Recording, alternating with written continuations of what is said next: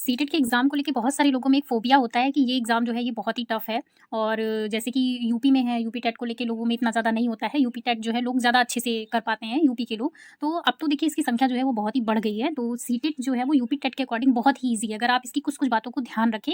और मैंने खुद ही फर्स्ट टाइम जब मैं फर्स्ट सेमेस्टर में थी बीटीसी के, तभी मैंने एग्ज़ाम दिया था और मेरा जो है वो क्वालीफाई हो गया था।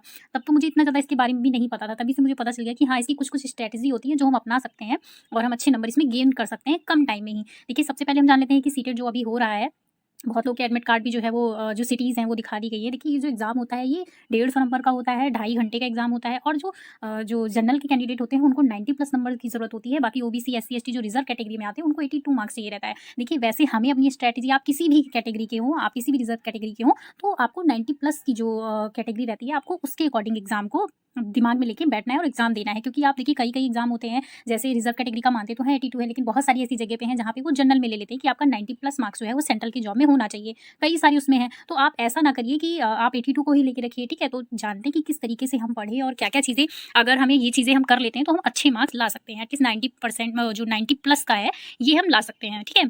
तो देखते हैं इसमें कौन-कौन से सब्जेक्ट होते हैं। देखिए, सीडीपी होता है, 30 मार्क्स का होता है, ईवीएस भी 30 मार्क्स का होता है, मैथ और संस्कृत और इंग्लिश में एक ऑप्शनल सब्जेक्ट होता है, लैंग्वेज 2 में जो होता है वो भी 30 नंबर का होता है, हिंदी होता है वो भी 30 नंबर की होती है। तो ये 5 सब्जेक्ट हमारे होते हैं जिनमें हमारा जो है 150 नंबर का ये होता है। अब देखिए, सीडीपी एक ऐसा सब्जेक्ट है जिसमें पेडागोजी आती है। अब पेडागोजी अगर आपकी अच्छी है तो पेडागोजी के बिहाफ पे ये सारे एग्जाम आप जो है वो पास कर सकते हैं। जैसे इनमें 15, ये तो पूरी 30 मार्क्स की आती है, उसके बाद में ईवीएस में भी 15 नंबर की पेडागोजी आती है, मैथ में भी आती है और इंग्लिश और संस्कृत में भी आती है और उसके अलावा हिंदी में भी आती है। तो आपका सबसे अच्छा जो है वो पेडागोजी होना चाहिए। देखिए, मेरा तो सीडीपी में पूरा 30 आउट ऑफ 30 मार्क्स आया था, क्योंकि इसमें आपको कुछ-कुछ कॉन्सेप्ट होते हैं जो याद करने रहते हैं, कुछ नेगेटिव पॉइंट होते हैं जो आपको याद करने रहते हैं।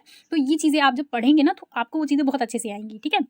तो आप अपना सीडीपी पे ध्यान दीजिए। कोई सारी जो, जैसे सिलेबस उसमें काफ़ी सारा दिया हुआ है, मैथ है, ठीक है? उसके अलावा देखिए ये इंग्लिश हो गया या संस्कृत हो गया, तो इंग्लिश और संस्कृत में भी रहता है, जिन लोगों का सब्जेक्टिव है 15 नंबर की आपकी ये रहती है, बाकी 15 नंबर में आपका ऐसा बेसिक-बेसिक सा पूछते हैं, कोई बहुत ज़्यादा हार्ड नहीं होता है। रही बात को, और बाकी हिंदी में भी आपका 25 नंबर से कम तो किसी का भी नहीं आता है। आता भी है तो इससे आप थोड़ी-सी मेहनत करिए, आपका अच्छा हो जाएगा, ठीक है? अब बात करते हैं कि इसको पढ़ना कैसे है। देखिए, ये तो रही सीडीपी की बात, ये तो आपका जो कॉन्सेप्ट है, कुछ-कुछ थ्योरीज़ हैं जो आपको पढ़नी है, थ्योरी आपको पढ़नी है। जैसे जीन पियाजे का तो बहुत बार पूछते हैं, कोहलबर्ग से भी क्वेश्चन पूछते हैं, उसके अलावा अवस्थाओं से रिलेटेड क्वेश्चन पूछते हैं, ठीक है? तो आप इसका जो है प्रैक्टिस करिए। देखिए, पीवाईक्यू जो आपके होते हैं प्रीवियस ईयर के क्वेश्चन पेपर, आप उनको मल्टी टाइम जो है रिवीजन करिए उनको। ईवीएस में भी आपका बहुत अच्छा मार्क्स आ सकता है। देखिए, अगर मैं बात करूँ सीडीपी में, मेरा खुद ही 30 आफ्टर 30 आया था। आप इस कम से कम भी अगर आप अच्छे से समझ जाते हैं, तो नहीं आता तो भी आपका 25 नंबर से कम नहीं जाएगा ये।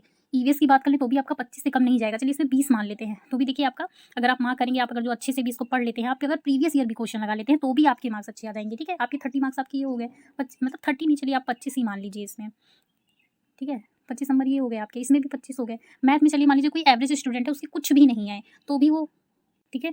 और आप मैथ में मान लीजिए कोई एवरेज भी स्टूडेंट है, उसने कुछ भी नहीं किया, ठीक है? आप अगर पेडागोजी भी 15 की कर लेते हैं, फिर भी इसमें पेडागोजी आप इसमें मान लीजिए 10 भी ले आते हैं, और अपनी ज़ाहिर-सी बात है सेकंड लैंग्वेज में आप जिसकी इंग्लिश अच्छी होगी वो इंग्लिश लेगा, जिसकी संस्कृत अच्छी होगी वो संस्कृत लेगा। तो उस हिसाब से लेंगे तो मान लीजिए, चलिए इसमें भी आप मान लीजिए नहीं ज़्यादा तो आप 20 नंबर तो ले ही आएँगे, ठीक है?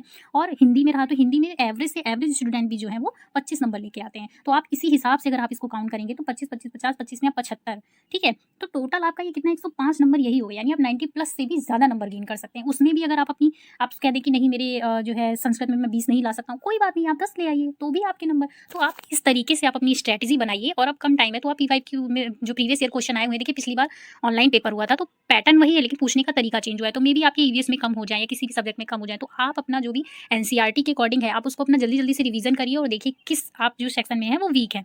तो ये थी एक छोटा-सा वीडियो। अगर आपको वीडियो पसंद आया हो तो इसको लाइक, शेयर एंड सब्सक्राइब करिएगा, और एग्ज़ाम के बाद आप मुझे कमेंट करिएगा कि अगर आपकी 1 भी परसेंट स्ट्रैटेजी काम आई है तो आप मुझे कमेंट करिएगा, ठीक है? तब तक के लिए धन्यवाद।